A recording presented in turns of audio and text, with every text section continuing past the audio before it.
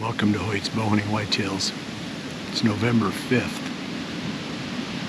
and we're sitting up on this ridge stand that we put up a few weeks back.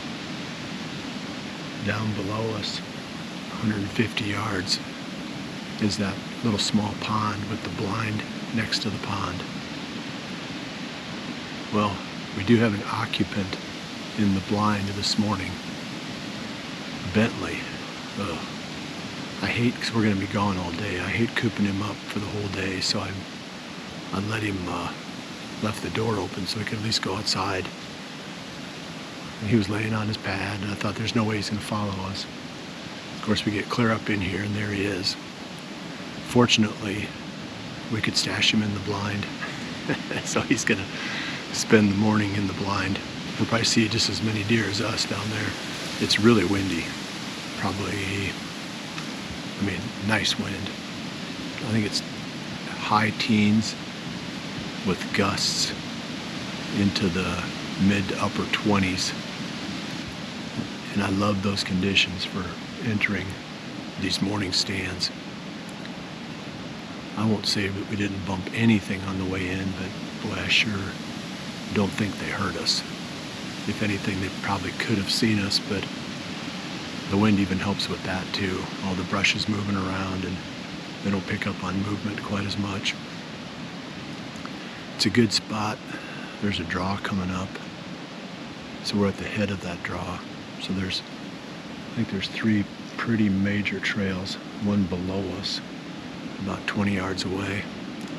I think there's one right above us, about 10 yards away. And the wind is blowing off the ridge top. At least in theory, it should take our scent above the deer on the lower trail. But when it's gusting like this, it'll really swirl. So it's hard to say if that will work or not. It's a cool spot. It's a good morning spot. For this phase in the rut, it's perfect.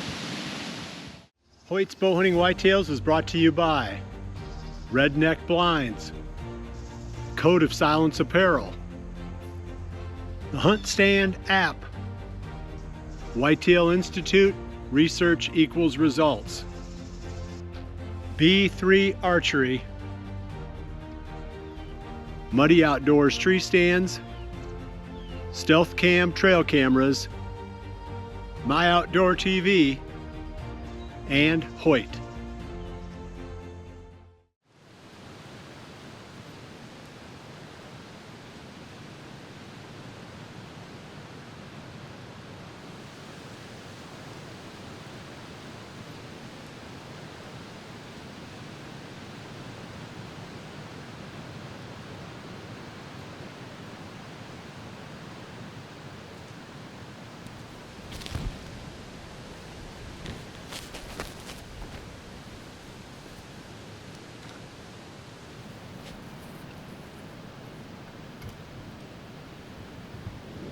We just had our first customer, is that same goofy rack buck that we filmed down in the bottom by the scrape tree a few days back. Carson pointed out to me that he had broken part of his G3 off. Otherwise, yeah, it might have been tempting, but we figured, worst case, we could take him to the antler replicator and he could repair it. Maybe in 3 years. It's good to see some action though. He was doing just what we thought they should do, zigzagging around. But the wind, when it gusts like that up in here in this country, it swirls. And even though he was on what should have been the upwind side, he did smell us. And then he peeled off and went the other way, but he wasn't spooked. He's too dumb to be spooked.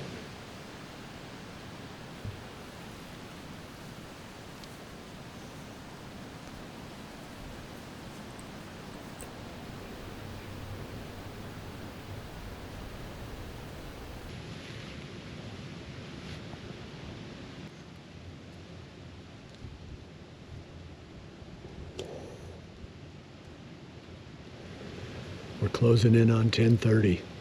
We were just talking in the tree, and there's an old saying that the journey is the destination. And I used to buy into that, but not anymore. I want the destination.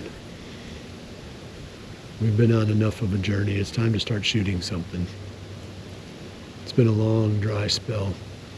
This morning didn't offer a whole bunch of hope, but we did have 2 small bucks in the area. They were out cruising around. Second one, he was just kind of moseying. The first one seemed like he was on a mission, but the second one, he was just kind of wandering around. Good day to be out for a walk. We just need one of these older bucks to get that same mindset. We're going to change locations. We're going to climb down, go up the valley just a little bit, and then up on the ridge. I've got a couple of tree stands staged in that spot. I put them out there in July. I didn't hang them because it was an oak tree that I wanted to get into, and you can kill those oak trees by damaging them during the summer.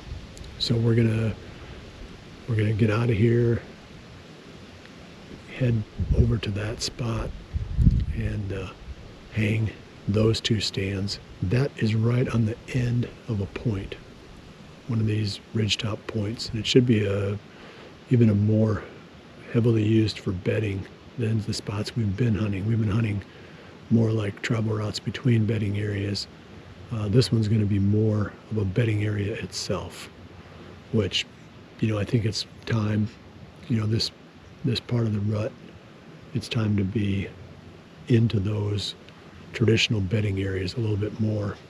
That's the plan for the afternoon. I keep looking around thinking that our morning can't be done yet, and it probably isn't. If we stayed in here, we'd probably see something else, during the rest of the day here, but we need to get that spot set up. That's a good spot.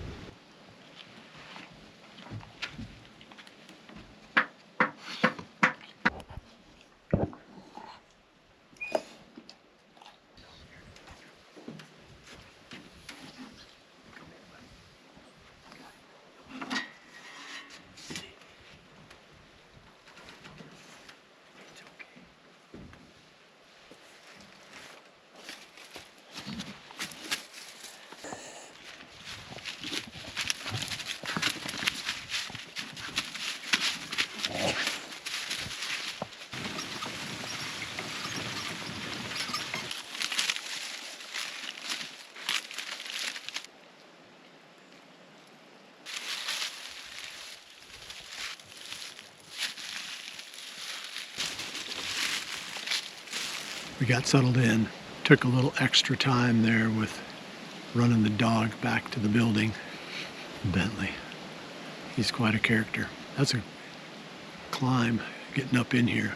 Wow. I'm not getting any younger. I was thinking somehow I was going to get younger, but it's not working out for me. But thank God for Carson.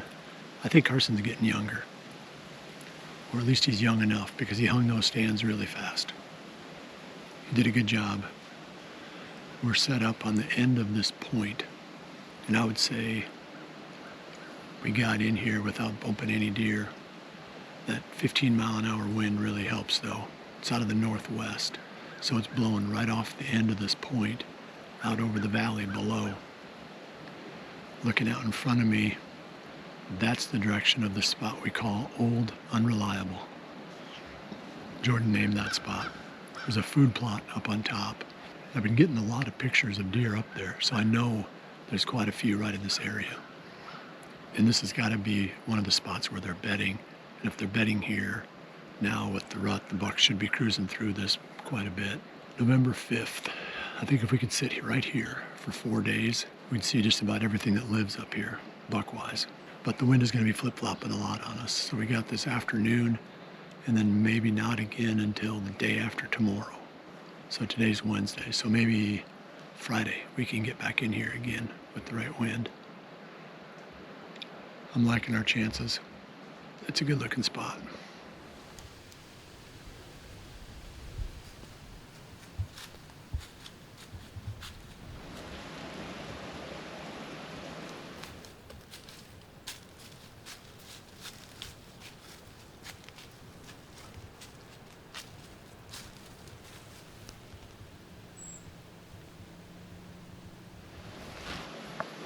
I'm going to set up this hunt.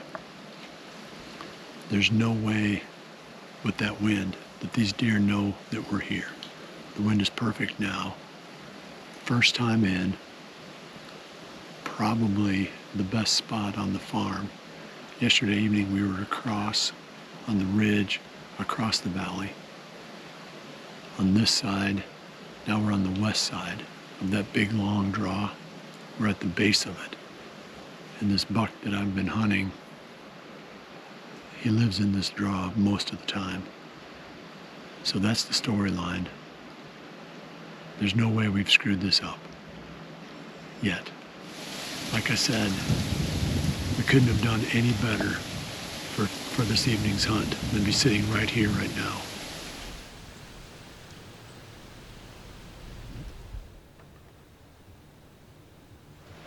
We're down to the last 45 minutes, and I still say this is the best spot that we've hunted on the farm so far.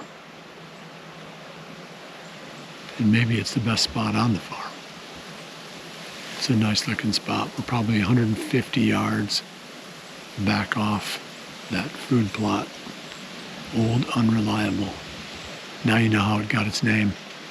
So if this is the best spot, and all we've seen so far is one 2-year-old 8-pointer, I'm in big trouble on this farm. Yeah, it's been a little bit disappointing today, sitting in a couple really good locations, but I'm not going to complain about it. And I know there's some bucks here. I know that buck that we're after is fairly active. We just need to get a little bit of luck. These deer don't travel real well in day. They're big night travelers. Get a lot of trail camera pictures at night, very few during the day. I'd say maybe more nocturnal herd of deer than any that I've ever hunted anywhere. Tomorrow we've got that big wind flip-flop again, and it's going to be southeast. It's changing overnight from northwest to southeast, 180 degree change. And I don't have any morning spots that work on a south, so I'm not going to hunt in the morning, but in the afternoon we're going to go back either across this valley to the same spot where we sat yesterday evening when we drove that tractor in, or we're going to stop a little bit short of there. There's another spot up there that sets up pretty well for a southeast wind. So those should be good hunts. I mean, those are also in the area where this fork brow tine buck is spending a lot of time. Yeah, I've been getting a lot of pictures of that deer. I know I haven't been sharing a lot of pictures just because, I don't know, I just figure when we shoot the deer we'll talk about it, but I'm getting very consistent pictures of him somewhere just about every night and occasionally during the day. I still say that buck is killable. I've got a pretty good idea where he lives. Where we're sitting right now is one of those spots, but 45 minutes from now we'll know whether it worked out or not. I'm not going to rule it out yet. There's still a chance that something comes through here. But I am going to close the episode here. One thing I wanted to remind you of, and that is this series that I've been producing for My Outdoor TV called Rut Hunting Strategies. And I think I've done 4 episodes now. And the most recent one was about the snort wheeze.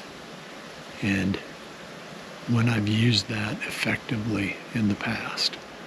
And it's definitely a different type of a call than rattling or grunting, and it has a kind of a different effect on the bucks. It's been a fun call to use over the years. So if you get a little time and you want to check that out, there's a link in the description of this episode that will take you right straight to the Rut Hunting Strategy series, and you can do a little free trial there and check that out. If anything shows up here, we're gonna break back in talk about it. But otherwise, we're going to roll out to the end of the episode right here. I appreciate you joining me. I'll see you right back here again tomorrow for the next episode of Bowhunting Whitetails. And remember to always dream big.